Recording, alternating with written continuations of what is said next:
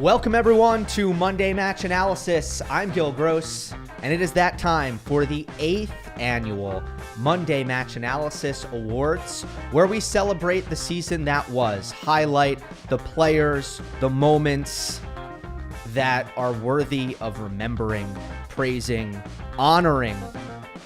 I love doing this show. I love the process of it. You guys help me out on social media when I ask you for your takes on some of the categories, and that's kind of how I begin to put together the candidates in each category, and then I go back and I remember these moments. I look through my notes. I listen back to some of my analysis and how I framed some of what went down, and it's just great to kind of remember the things that are worth remembering over the course of the last year. We have so many categories to get to, so let's jump into it. What always leads off this show is Shot of the Year. Last year, I gave the honor to a shot that wasn't flashy or the most remarkable shot visually you'll ever see, but given the circumstances, it was just so significant. Last year, the winner was Djokovic's running forehand winner against Carlos Alcaraz at 2-all in the second set tiebreak of the gold medal match. Such a huge shot. I have some rules for my shot of the year. I don't want any hot dog shots. I don't want any show-off, unnecessarily, complicated, flashy shots. I don't need that. I don't want any lucky shots. Sometimes there are remarkable shots, but they're lucky. Get out of here with that. Not what I'm looking for. Ideally, I want it to be something I've never seen before. And certainly, this year's winner for best shot falls into that category. It goes to Lorenzo Sonego with his diving drop volley, which bounced back onto his own side of the net against Ben Shelton at the Australian Open. I have seen diving volleys before. I have seen volleys that have enough backspin where they come back onto the same side. I have never seen both at the same time. What a shot by Lorenzo Sonego. The only downside is that because it wasn't in an ATP match and it was a slam, I'm not allowed to show the footage on copyright grounds. But other than that, I thought this was a pretty easy one to decide. This is a category that can be difficult, but I feel really good about this one. Honorable mentions. First of all, remarkably, Lorenzo Sonego gets an honorable mention for a shot that he hit at the same tournament when he ran back for a lob against Stan Wawrinka and did a little backwards shovel flick pass. That was against Stan at the Australian Open, if I didn't already say that. Another lob retrieval that resulted in some magic. Dallas, Tommy Paul going backwards, and this time an inverted overhead winner. When I say inverted, I mean his back was facing the opposite side of the court, right? His back was to the court, and he was able to sort of kind of swipe back at the ball over his shoulder and hit a stunning pass. The other honorable mention would be Novak Djokovic in Athens against Lorenzo Musetti. How about a full stretch, doing the splits, drop volley winner against Musetti? And it only makes it cooler that this is a 38-year-old we're talking about. But that was an incredible drop volley. There's no argument that it was better than Sonego's, but it was still worthy of a mention here. Next category. It's our story of the year. Our story of the year. I try to keep it positive in this category. I don't think I've ever in the history of the Monday Match Analysis Awards done a negative story, so keep that in mind. It's supposed to be something that has an off-court element. It doesn't need to be entirely off-court. Last year, my story of the year was the retirement of Rafael Nadal and Andy Murray. And then there was one. This year's Monday Match Analysis Award for Story of the Year goes to the Cousins. The Cousins.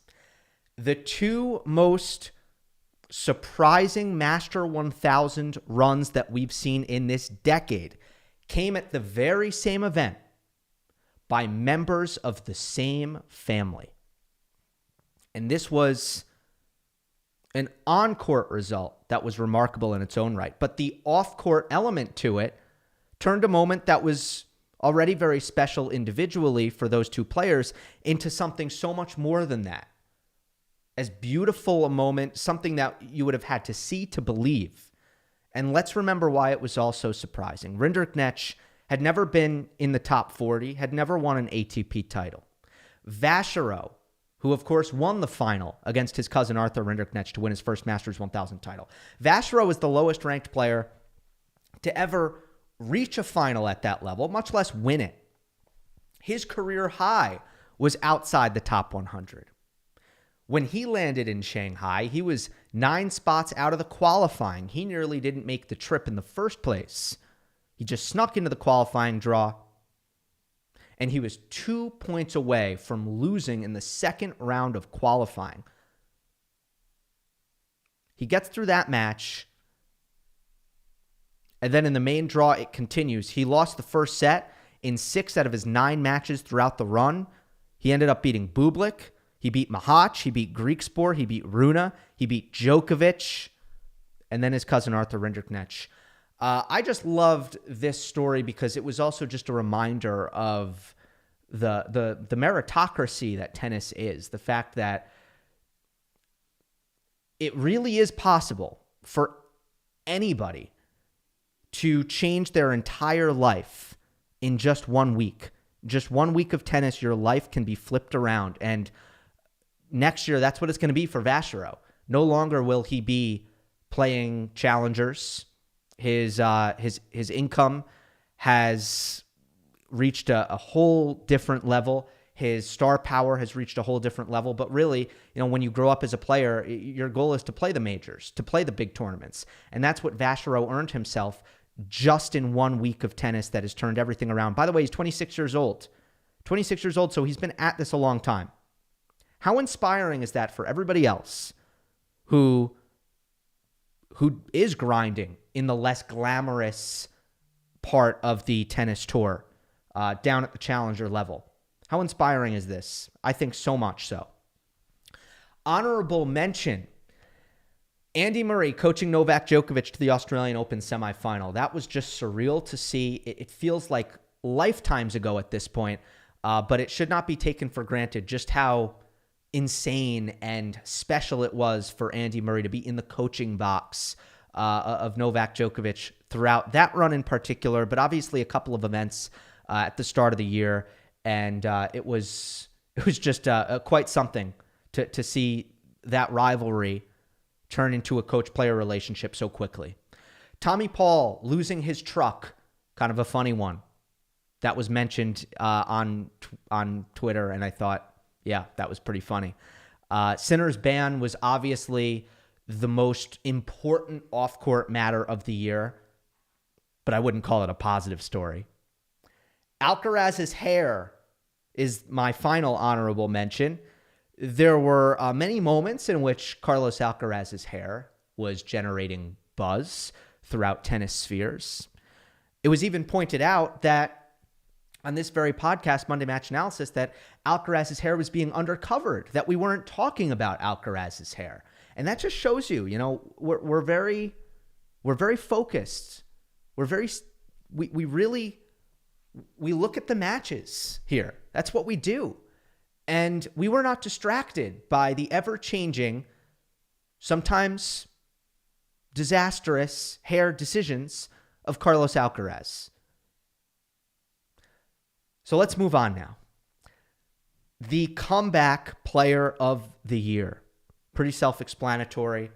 Oftentimes it is a player coming back from injury, as it was last year when Matteo Berrettini was your comeback player of the year. But this year, it is not so much a player coming back from injury, although there were some physical sticking points for this player in recent years. The Monday Match Analysis Award goes to Felix Auger-Aliassime, who surged to a new career high and finished this year at 5 in the world. Something that I've talked about a couple of times in recent weeks is the fact that Auger-Aliassime finished 29 in the world in 2023. Once again, 29 in the world last year. And as recently as this August was 27 in the world, painting a picture of a player who was very much, I don't want to say stuck, but certainly stagnating outside the top 25 for an extended period of time. There were knee issues. There were confidence issues. There were nerve management issues with a lot of, gut-wrenching losses at majors from up 2 sets to love.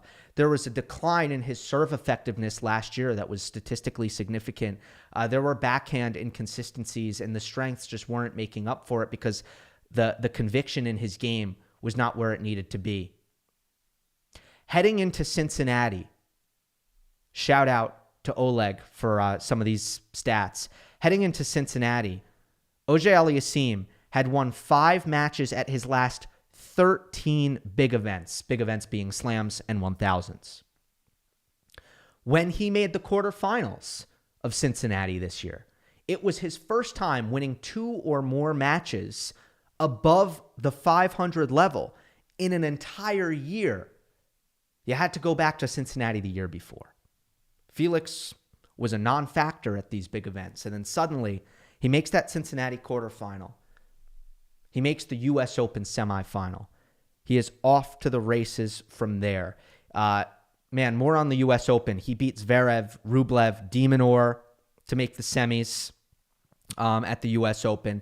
It was his first major semifinal since he did it in New York back in 2021. It was, in my opinion, his best run of all time outdoors. More impressive than his 2021 last 8 run. And then he went on in this post-US Open period to continue the great form. He wins Brussels. He makes the final in Paris. He reaches the semis of the year-end championship. And I've got a fun stat for you. From the start of the US Open, Felix was 8-4 against top 20 players. 8-4. 3 losses to Sinner, 1 to Carlos Alcaraz. So he was a perfect 8-0 against non-Sincaraz top 20 players. That really shows you how good he was from the start of the U.S. Open and forward. Now, I will say, as far as analysis is concerned, I did notice some improvements for Felix early on in the year. He had a great January, a very good February. The only blip was the Australian Open. It was really just taking those improvements and rekindling the conviction and the confidence in his game later in the year. But here are the improvements I noticed in Auger-Aliassime's game. Auger-Aliassime has 2 titles already this year, including his first ever outdoors, and I'm noticing 4 improvements that explain some of his 2025 success. The first one is that he's locating his second serve. It used to come into the body, middle of the box every single time, and the best returners would take advantage of that predictability. Now that he's playing it closer to the sidelines more often, he's getting more favorable +1 balls on his second serve points. He's also expedited his pre-serve ritual. It used to be very drawn out, very static at the start of his service motion. Now he pretty much just gets right into it, which is better for us viewers, it's better for his rhythm, and I also think it's better for his head on some of these big points. Another thing he's done is moved back on the second serve return. FAA has a massive imbalance between his forehand and his backhand. The forehand is miles better, and by moving back, he gives himself more time to run around and start more of these points with big forehand cuts on the return. Speaking of the forehand, for the first time this year, I'm seeing Felix complement his ability to blast the ball off that wing with a drop shot. He used to never hit it. Now if opponents give up too much ground, Felix can burn them short in the court. Lastly, he's just moving better, and that just comes down to him being back to full health. That was, of course, from my Instagram. Please do follow me there at Gill Gross _. I just want to kind of wrap this up with Felix to say he has an incredible attitude when it comes to being a pro tennis player. He seems to stay positive. He seems to be process-oriented. He is universally liked within the locker room. That much is very, very clear, even from somebody who's not in the locker room. He has been very loyal to his coach, Frederick Fontaine. I was very happy for him as well to kind of get through these hard periods and to kind of get back to the pinnacle inside the top 5. And look, Felix has huge weapons. For the first time in 3 years, he got the entire machine working, and that enabled this swift surge to 5 in the world that has earned him our Comeback Player of the Year. Our next award is a different kind of comeback. It is a comeback in an individual match. The Monday Match Analysis Award for Best Match Comeback goes to Carlos Alcaraz, who who came back from 3 match points down to beat Jannik Sinner in this year's Roland Garros final. Last year, it went to Sinner over Medvedev in another major final. That was the Australian Open final when Sinner rallied from down 2 sets to love. This one was also a 2 sets to love comeback by Alcaraz. He lost the first 6-4. He lost the second set 7-6 against a player who'd been as efficient and elite as Jannik Sinner. To come back from down 2 sets to love against a player at that level, it felt unthinkable at the time. It really did feel unthinkable. As great as Carlos Alcaraz was, / is, you just didn't think that that could be possible. Lo and behold, in the 4th set, Alcaraz is serving down 3-5, and he's down triple championship point. He is down love 40. 3 chances for Jannik Sinner to win his first Roland Garros final, and this is how it sounded on Monday Match Analysis when I analyzed it. It's love 40. It's 3-5 in the 4th. Alcaraz forces an error with an angled forehand. It started with a forehand trade cross court. He got great depth on that, earned him some time, and then bang, violent sideline breaking forehand to force the error. At 15-40, Sinner misses a backhand on a second serve return. He was going inside in. He missed this one long. This is the one he wants back. This is the painful one for Jannik that he dreams about tonight, because he missed the same exact return. Not because he missed the same exact return, but I will add that he missed the same exact return on a set point in Rome in the first set. 30-40. Deep return by Sinner. Great return on this 3rd championship point. Alcaraz picks it right off the baseline, and that earns Sinner an attacking forehand. What are you going to do? Here's your chance. He hit it very hard, but it was through the baseline. It was a forehand cross court, but it was not very angled. And Alcaraz defends it. He defends it very well. Deep down the middle. The depth knocks Sinner off balance. Jannik doesn't get quite enough lift on this forehand, especially because he's falling backwards. It hits the net, and Alcaraz has saved all 3 championship points. Now, mind you, after saving that triple championship point, Alcaraz was not yet out of the woods, as Sinner was still serving for the championship. Carlos played a great return game to break serve. And eventually, it would be the 5th time in a row that Sinner won a first set against Carlos Alcaraz and ended up losing the match. Of course, the remainder of this match was just impeccable in its own right. And it will make an appearance later on in this award show. So we'll leave it here for the match comeback. Honorable mention, I want to give it to Fritz coming back from 2-love down against Giovanni Pecci-Pericard at Wimbledon. This was my favorite match of the first round of Wimbledon, and it was one of the best first rounds in recent memory at the All England Club. This was a match played over 2 days. There was a controversial curfew stoppage at the end of the 4th set, one that I thought could have really been negative for Taylor Fritz had it gone the other way.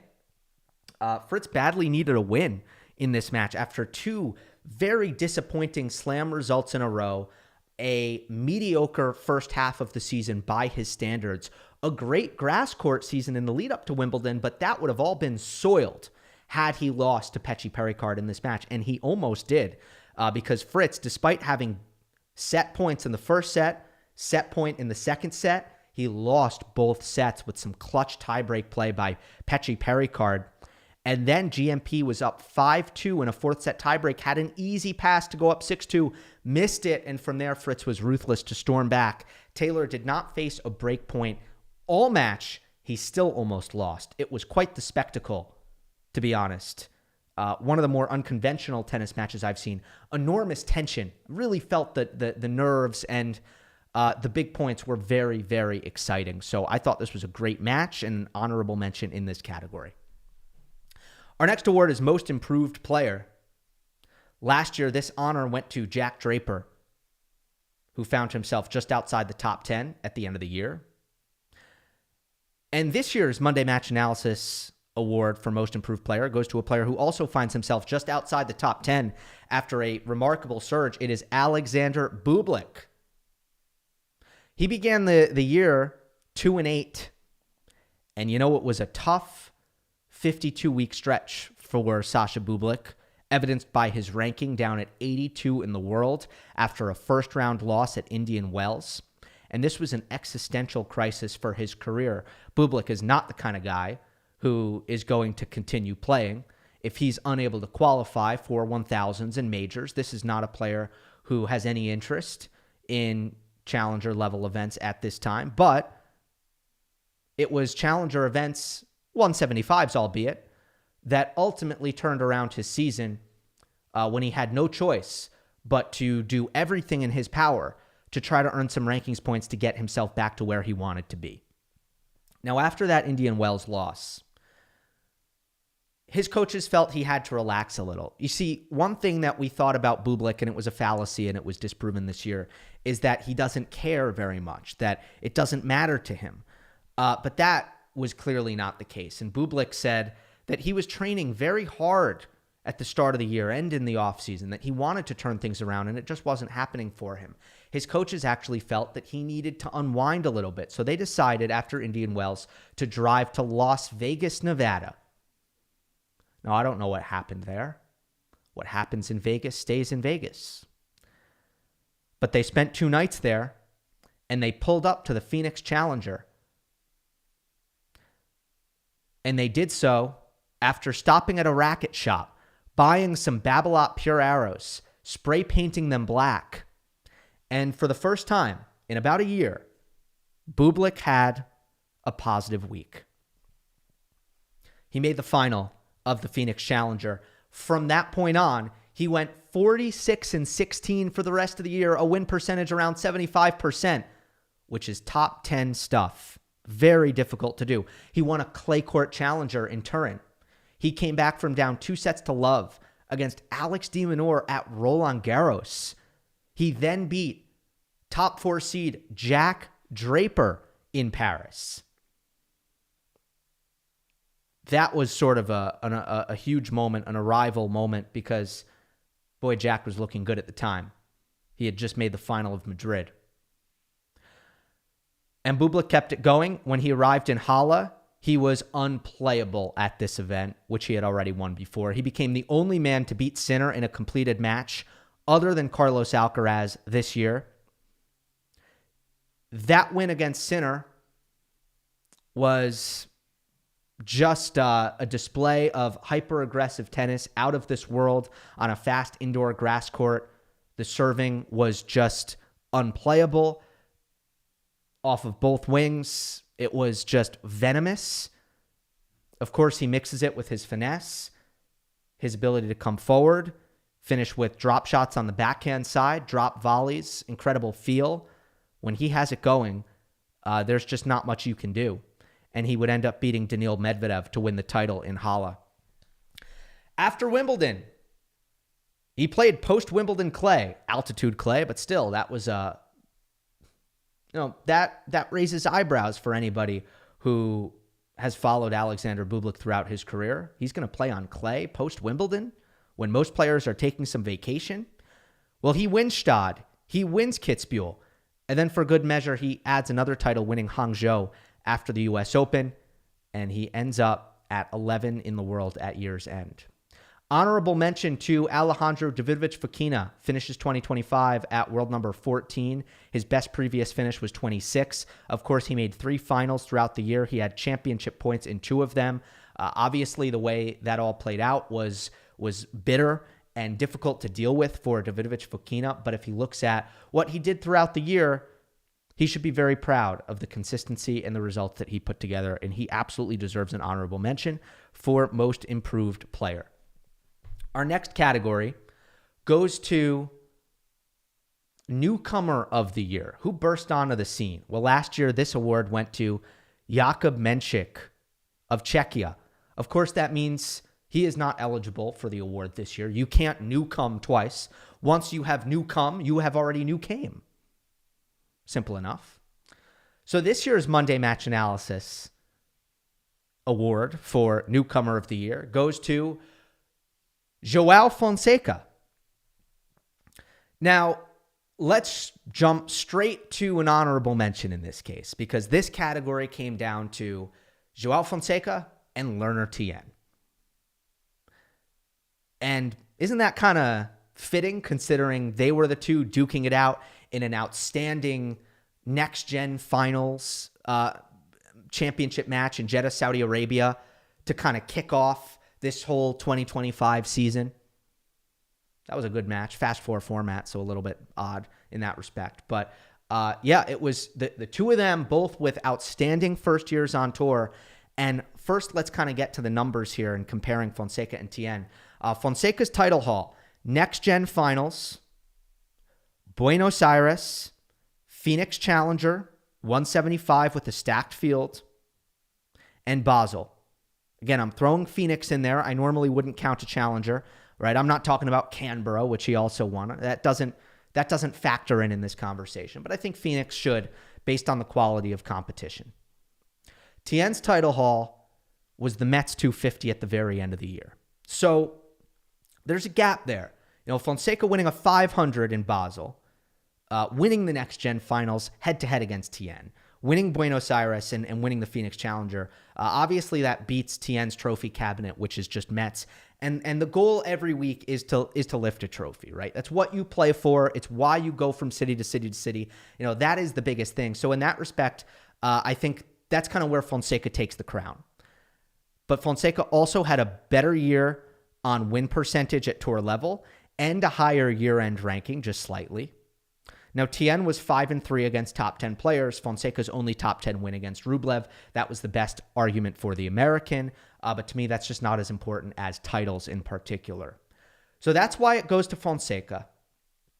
But with that said, I can also discuss why the Fonseca experience this year was special and really added a lot to the fan experience, the experience of covering and enjoying this last year of tennis on the ATP Tour. He added much-needed excitement early in tournaments with the expanded Masters 1000 format and the inevitability of Carlos Alcaraz and Jannik Sinner and how dominant they've been. It's very important that there's intrigue early in these events, that there are players that people are interested in, and namely players who sort of are getting people excited. And that's what Fonseca did. And part of that is that the energy of Brazil is terrific. The environments, even the online excitement is something that was palpable. You could feel that happening when Fonseca was emerging onto the scene. But let's not forget the electricity of his power game is a real factor here, that even if you have no connection to Brazil, he has an element of highlight reel, of wow factor, with his ability, especially just to produce thunderous, bone-crushing winners.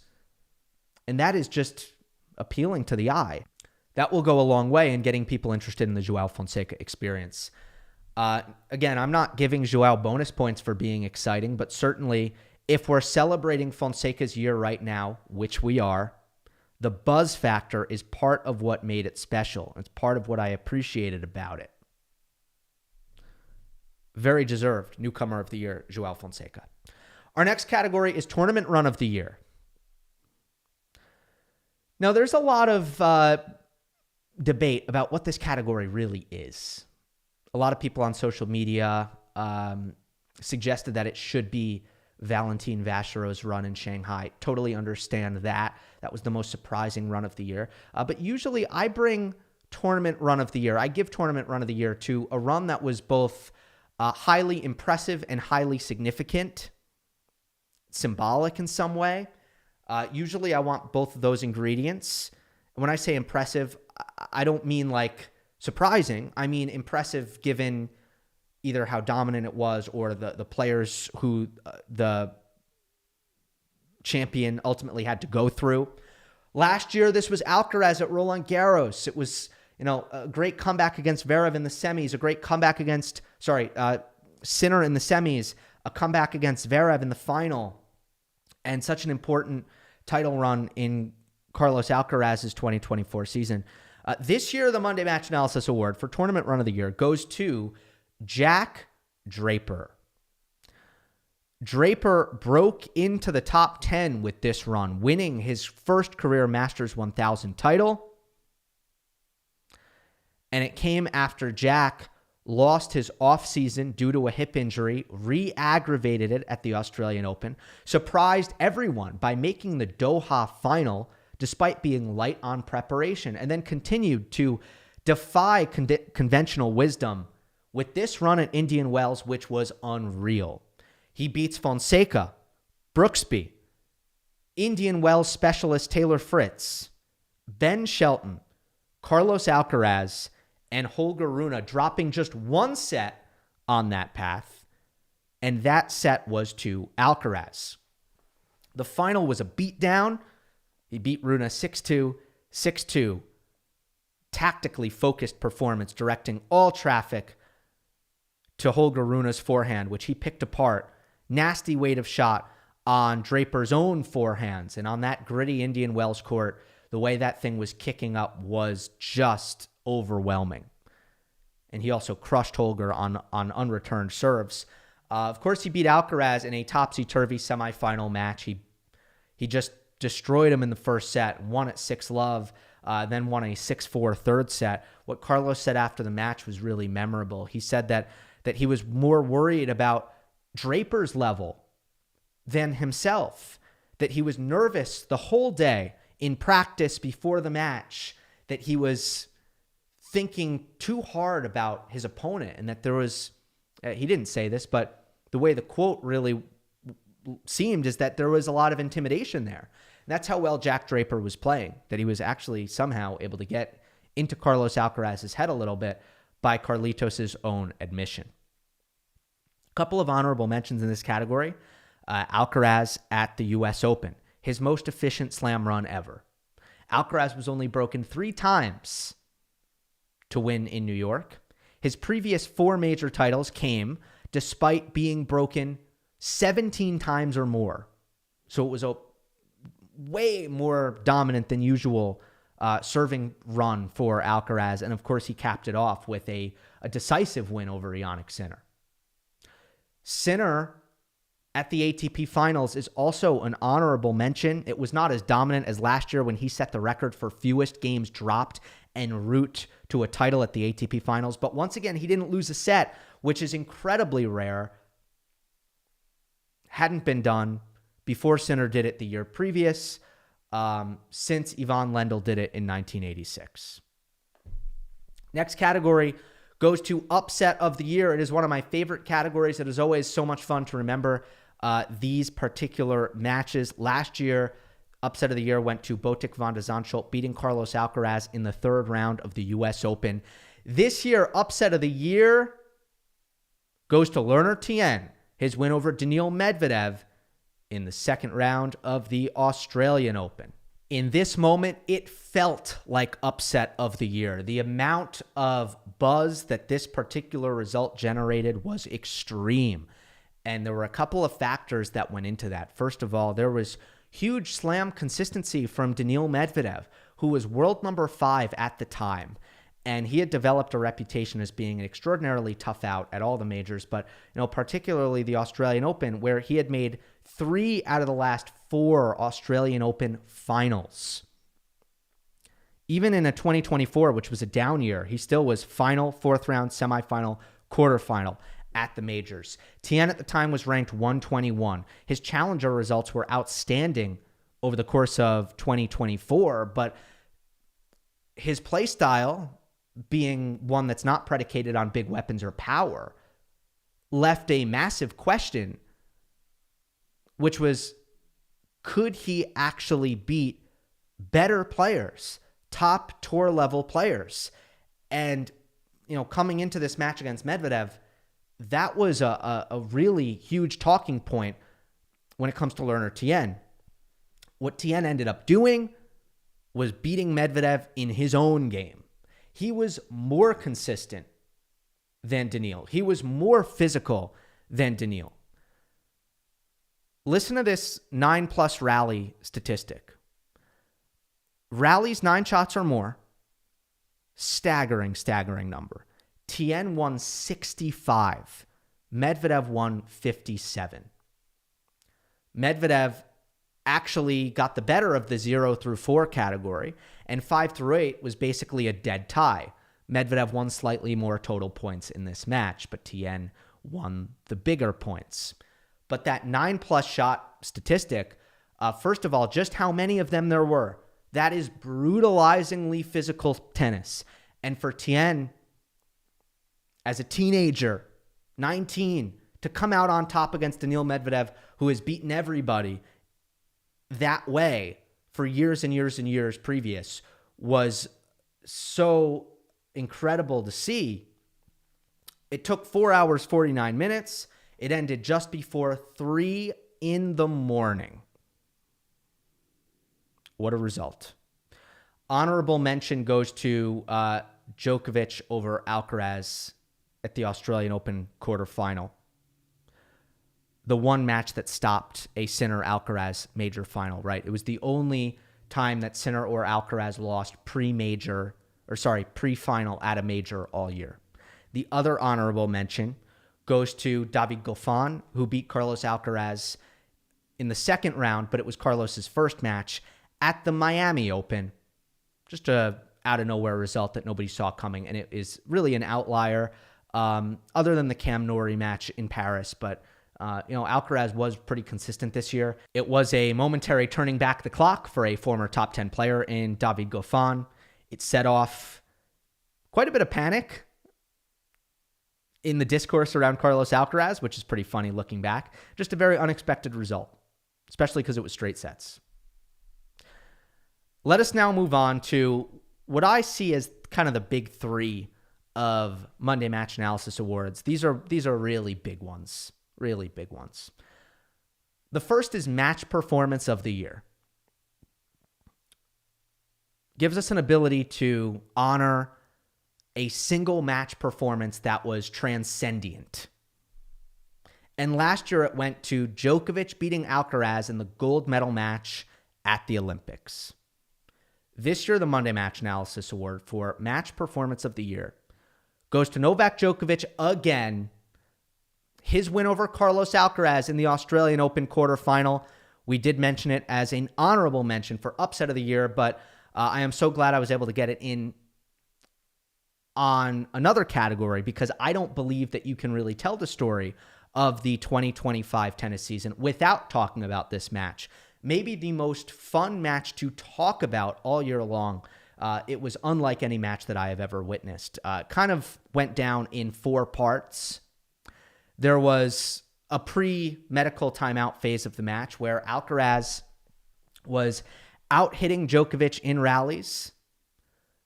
Novak was looking a little bit too slow to hang with Alcaraz's attacking. The Carlos forehand was in charge. The drop shot was effective. Alcaraz ended up hitting 13 winners in the first set. Djokovic hit only 3. But at the end of the first set, Novak felt something in his groin. Ended up taking a medical timeout after getting broken at 4-all. He loses the first set. And in the second set, Djokovic is still not moving well. He is playing what I would describe as injury tennis. I don't want to move. I can't defend, so I'm going to play hyper-aggressive. And the shot making for Djokovic blossomed into something spectacular. Everything coming off clean as a whistle. He was crushing returns. He was smothering Alcaraz. And Djokovic ends up stealing the second set despite not moving much or defending at all. Alcaraz did play with a little bit less intensity, which ended up being a huge error. Because starting in the third set, Djokovic began making a physical recovery. And by midway through the third set, a full recovery. Djokovic started flying around the court. He went back to his standard high percentage style of tennis. And Alcaraz was left dazed, confused, disoriented, frustrated. by an opponent who was not only playing at an extremely high level at this point, but was also chameleon-like in how what he was doing and how he was playing was shifting rapidly. Alcaraz starts pressing. Djokovic is defending great, making no errors. Carlos was the one missing time and time again. And Djokovic wins the fourth set and then goes up a break quickly in the fifth. Credit to Alcaraz. After going down in a fifth, Carlos finally gets it together. And he starts playing his best level as he suddenly finds his back against the wall. And for the first time all match, it becomes clear that Djokovic is in a driver's seat to win. Maybe that depressured Carlos in a way that allowed him to finally find his level again. But as Djokovic is hanging on to this break advantage, 4 service games in a row, Carlos gets to 30 all. And the big point play from Novak over and over and over and over again was on point. He delivers with clutch first strike tennis to hold serve every single time and close out a 6-4 fourth set. As I mentioned, Novak Djokovic was the only man this year to stop a Sinner-Alcaraz major final. And he showed at the time, at 37 years old, that he still had the peak level to beat the elite. And it was such an interesting spectacle of tennis psychology. And, you know, there was definitely some tactical stuff and some skill development stuff, but it was pretty stunning to watch because, you know, just like any good TV show or good movie, when something evolves and there's sort of turning points and themes that change as like a story plays out, like this was such a good match for as far as the story that it told. So for a second straight year, Djokovic gets Performance of the Year. Honorable mention goes to Alexander Bublik beating Jannik Sinner in Halle. I think this was truly the most unplayable level of hyper-aggressive tennis that I saw all year. I could make peace with going elsewhere for this award, specifically because I had already honored Bublik in another category. It would have been very difficult, had that not been the case, for me to not make this match Performance of the Year. Shout out to Jannik Sinner beating Casper Ruud in Rome. 6-love, 6-1. This was tennis perfection by Jannik. You know, the experience of watching this match, nobody could believe what they were seeing. The thought was, when is Sinner going to miss? When is he going to stop winning every point? When is he going to stop blasting backhand winners down the line? When is Casper Ruud going to get a second to compose himself? It was just a freight train of a performance by Sinner. Now, Casper had some knee issues. It wasn't fully his best, but Ruud's quotes were amazing after the match. I want to read this quote from Casper Ruud. He said, "I think it was more fun than anything, even though I lost love and won. You just look at the guy and say, this is kind of next level shit. Excuse my language, but I don't know what else to say. It was almost fun to witness at the same time." When a player's playing so well that the opponent is having fun getting destroyed, you know it was pretty good. Honorable mention also to Sinner over Alcaraz at Wimbledon. Snapped Alcaraz's perfect 5-0 record in major finals. Snapped a 5-match losing streak head-to-head with Alcaraz. And what incredible mental toughness from Jannik Sinner. Only a month removed from one of the most heart-wrenching losses you will ever see. Sinner comes back and beats Alcaraz in the Wimbledon final. And it was also, you know, clear separation, which was rare in the rivalry. Just like my next honorable mention in this category, which is Alcaraz defeating Jannik Sinner in the U.S. Open final. I feel like this was the best big match I've ever seen Carlos Alcaraz play. Disruptive with his speed, with his variety, with his varied attacking, very disciplined at the same time. I thought it was Alcaraz at his very, very best. And just like Sinner created clear separation at Wimbledon, Alcaraz did the same against Jannik Sinner on a hard court, no less, at the U.S. Open. I just didn't think either major final quite deserved match Performance of the Year because they were decisive victories, but they were not dominant ones. And I felt that it was more important to honor the Djokovic win in that Australian Open quarterfinal. Okay, I've got 2 more categories. Monday Match Analysis Award for Match of the Year. Last year, it went to Alcaraz defeating Jannik Sinner in the Beijing final. Very rare does a non-major go get awarded with Match of the Year. It has to be truly something special. And that Beijing final was. But this year, I'm pleased to announce that we do get not just a match that occurred at a major, but a major final. And one of the most obvious picks for Match of the Year in all my time doing this awards. Match of the Year goes to Alcaraz over Sinner in the Roland Garros final. Well, coming in, the historical stakes were huge. It was the first major final between Sinner and Alcaraz. They had established themselves as the best 2 players in the world. It had already been established as the most important rivalry in all of tennis, but they had never met in Championship Sunday at a major. And they were both coming in ominous form, really crushing everyone en route to this match. And what did we get? We got one of the greatest matches ever. We got a match that I think could easily be compared to Wimbledon 2008, Australian Open 2012. It was the highest level of athleticism and shot making possible. The twists and turns were constant. It was huge suspense. It was high drama. It featured a remarkable comeback, which is why Alcaraz, this match has already been honored with Comeback of the Year, Match Comeback of the Year. And it had a great finish. So let's talk about that finish, because we have already discussed the near-death experience for Alcaraz in this match, the fact that it was almost a 4-set win for Jannik Sinner. But one of the most underrated parts of this match was the way that Jannik Sinner recovered from that 4th set. He went down an early break in the 5th, and at this point, all signs pointed to an anticlimactic cruise to victory for Carlos Alcaraz in the 5th set. It was only natural. Carlos had all the momentum, all the confidence after winning the 3rd set, winning the 4th set, going up a break in the 5th. How could Jannik not just be completely mentally broken after all of this, losing 3 championship points? But Sinner actually recovered the break in the 5th set. Impressively so. And he had the scoreboard pressure down the stretch. When Alcaraz was serving at 5-6, this was one of the highest quality games of tennis I've ever seen. Every single return that Sinner hit in this game was blistering. It either won him the point or put him on in attack. And it was only Alcaraz's ability, especially on this surface, to dig himself out of trouble and turn defense into offense. That was the only thing that saved him in this match, because Sinner was primed to break and win the 5th 7-5. Carlos just willed his way into the tiebreak after that high-quality 5-6 game. And then, well, this was something special.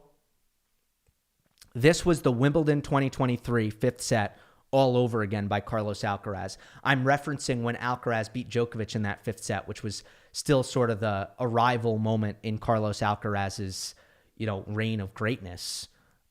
Because what we saw in the beginning of this tiebreak was a meticulously crafted display of tennis fireworks from Carlos, where he went up 7-love. And Sinner, in those first 7 points, only made one unforced error. For Alcaraz, it was a collection of enormous, violent forehands, a memorable combination of a drop shot into a drive volley pass, and a trio of perfectly struck backhands to come up with point finishers to go up 7-love. Not to mention, on championship point, a very legendary forehand passing shot to cap off a legendary flourish by Carlos Alcaraz in one of the greatest matches of all time. Now, there's some significance of this match that I think should be mentioned. It was the mainstream arrival of Sincaraz, in my view. Meaning, if you're a tennis fan, you already knew that these two were great, that the rivalry was great. But if you were just a casual, this was the match that I think generated that breakthrough buzz that would have reached everyone. And I think from this point on, everybody knows, and this was the moment where it happened, everybody knows when Carlos Alcaraz plays Jannik Sinner, particularly at a major, you better be seated for it. And now, our Monday Match Analysis award for Player of the Year, the most prestigious of them all. And last year, it went to Jannik Sinner, who had among the most dominant years that we have seen as far as efficiency in winning big titles, in terms of win percentage. And this year, it was a very, very tight race because it was one of the most dominant duopolies I have ever seen over the course of one season of play. The Monday Match Analysis Award for Player of the Year in 2025 goes to one Carlos Alcaraz. Let the comparing begin. And certainly we are splitting hairs here. Major titles tied 2-2. It's Sinner winning at the U.S. Open and Wimbledon. It is Alcaraz winning at Roland Garros and the U.S. Open. Rankings points. It was Carlos Alcaraz coming away with the year-end number one with 12,050 points to Sinner's 11,500. Not quite as tight as we thought it might be because Carlos really did have an excellent year-end championships by going undefeated in the group stage and making the final. Big titles, Alcaraz 5, Sinner 4. Total titles, Alcaraz 8, Sinner 6. Total wins, Alcaraz 71, Sinner 58. Win percentage, one where Sinner has the advantage. Win percentage, Sinner 90.6%. Alcaraz still outstanding, 88.8%. Sinner going back-to-back years with a 90% win percentage. First player to do that on the men's side since Roger Federer in the mid-2000s. Now, I've talked many years about this award and the importance of head-to-head. And I have been very, very staunch in saying that head-to-head can be a tiebreaker when it's close. Like it can be a small detail in a close race, but it will never be a deciding factor. Well, in this case, it is certainly a close race. And Alcaraz wins the head-to-head 4-2, including 2-1 in major finals. Now, if you look at all of these things, big titles, rankings points, being number one, those are the big things, total wins, everything except win percentage. Alcaraz has a numerical advantage that is mostly down to volume. Mostly down to volume because he played the whole year. So as an analyst, you look at that. And you look at Sinner missing 3 months because of the agreed upon suspension. Missing 3 months, and he still almost finished number one. He still almost won as many big titles as Alcaraz, just one short. And that shows how good Jannik Sinner is. And if you are evaluating Sinner and the level of tennis player he is, you absolutely think about those things. You think, how incredible is that he was able to win with such efficiency that despite missing 3 months, he was in that year-end number one conversation, that he was almost on par with what Alcaraz did numerically. 100%. That is totally valid. But what this is about is not analysis of Jannik Sinner's quality as a player. We're not here to analyze Sinner's quality as a player. We're here to reward the best season. If Sinner were injured for 3 months, I would use the exact same argument. It would be, well, that's unfortunate that he got injured. And it doesn't take away from how good he is as a player. Maybe he's the best player in the world, but let's say a player is the best player in the world, a hypothetical player, but they miss a lot of time with injury. This award doesn't handicap a player for being injured. It doesn't extrapolate results from when a player wasn't available to accumulate results. You do not get bonus points for missing time. Injury, suspension, Whatever it is, you don't get bonus points for that. Sinner had one of the best seasons of all time by some metrics. That's the crazy thing. Total points won percentage, leading the tour in hold percentage and break percentage. Remarkable stuff. How do you not win Player of the Year when doing things like that? The only way is if you have a guy in Carlos Alcaraz, his chief rival, who is almost just as efficient as Jannik Sinner, played the whole year, got to year-end number one, beat Sinner in the head-to-head. And that was all what we got from Carlos Alcaraz, who ended up putting together the most consistent season of his career, reaching levels that I don't think he ever has reached previously, with a newfound level of discipline, of mental focus, while the explosive creativity in his game and the overwhelming athleticism and shot making that he regularly puts on display was there as much as any other. So that'll conclude this year's Monday Match Analysis Awards. I thank you for watching. I thank you for following along all season. Hope you enjoyed. Don't forget to subscribe. I'll see you next time.